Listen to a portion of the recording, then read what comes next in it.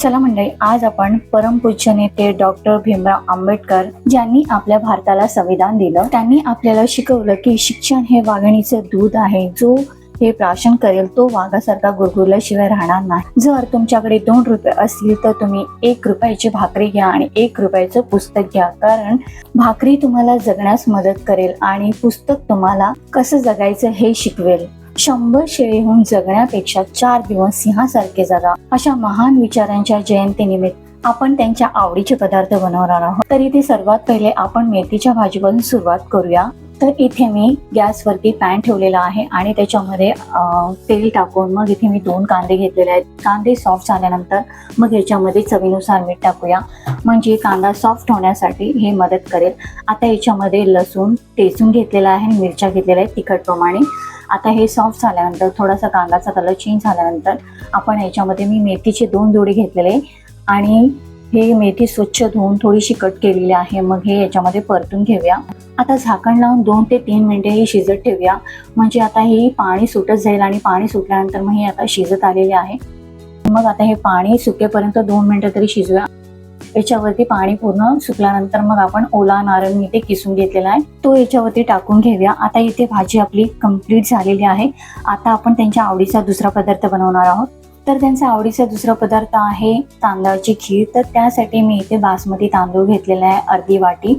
मिक्सरमध्ये ग्राइंड करून जाडसर असे दळून घेऊया आणि स्वच्छ धुवून ते साईडला ठेवूया. आता इथे गॅसवरती कढई ठेवलेली आहे. कढई टाकल्यानंतर याच्यामध्ये 1 टेबलस्पून तूप घेऊन मग ह्याच्यामध्ये काही आपले आवडते ड्रायफ्रुट्स घेऊया. ड्रायफ्रुट्स याच्यामध्ये थोडेसे भाजून घेऊया आणि मग हे भाजल्यानंतर आपण हे साईडला काढून घेऊया. आणि मग याच कढईमध्ये मी इथे अर्धा लिटर दूध घेतलेलं आहे. दूध मी अगोदरच गरम करून ठेवलेलं. कढईमध्ये घेतल्यानंतर एकदा एक उकळी काढून घेऊया आणि मग उकळ आल्यानंतर जे आपण तांदूळ ग्राइंड करून साईडला स्वच्छ धुवून ठेवलेले ते तांदूळ याच्यामध्ये टाकून घेऊया आणि कंटिन्यू आपल्याला हलवत राहायचं आहे.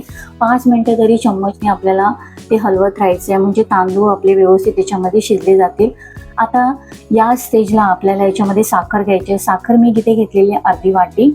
आता साखर आणि तांदूळ व्यवस्थित मिक्स होईपर्यंत आपल्याला हे 2-3 मिनिटं तरी हलवत राहायचं आहे.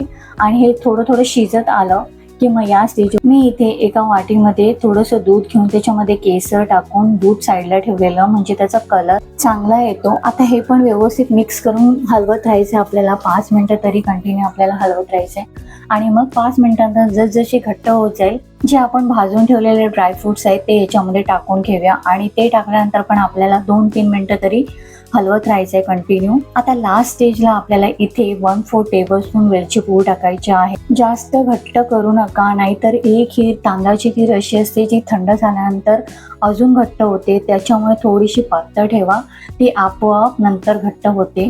नंतर मी सर्व केल्यानंतर तुम्हाला ती दिसेलच किती घट्ट झालेली आहे. आता इथे आपली खीर तयार आहे. आता आपण नेक्स्ट रेसिपी बनवूया त्यांच्या आवडीचा मिरचीचा ठेचा रेसिपी. तर इथे गॅसवरती ऑलरेडी मी तवा ठेवलेला आहे आणि तवा गरम झाल्यानंतर मग ते 1 टेबलस्पून ऑइल घेऊन मग इथे थोडंसं जिरं टाकून मग शेंगदाणे थोडा 1 टेबलस्पून घेऊन शेंगदाणे परतल्यानंतर लसूण मिरची तिखट प्रमाणे हे थोडं परतून घेऊया आणि मग कोथिंबीर घेऊन हे एकदा परतून घ्यायचं आहे. चवीनुसार मीठ टाकायचं आहे.